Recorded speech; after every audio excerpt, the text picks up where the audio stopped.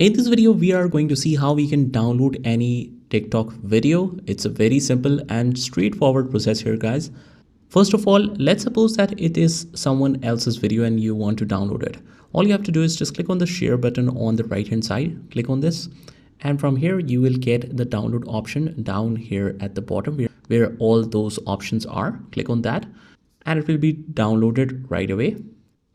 You can also send it to someone, but you can exit out of here. And if it is your own video, you can just open that up and you can click on this three dots and you can click on download in order to follow the same method.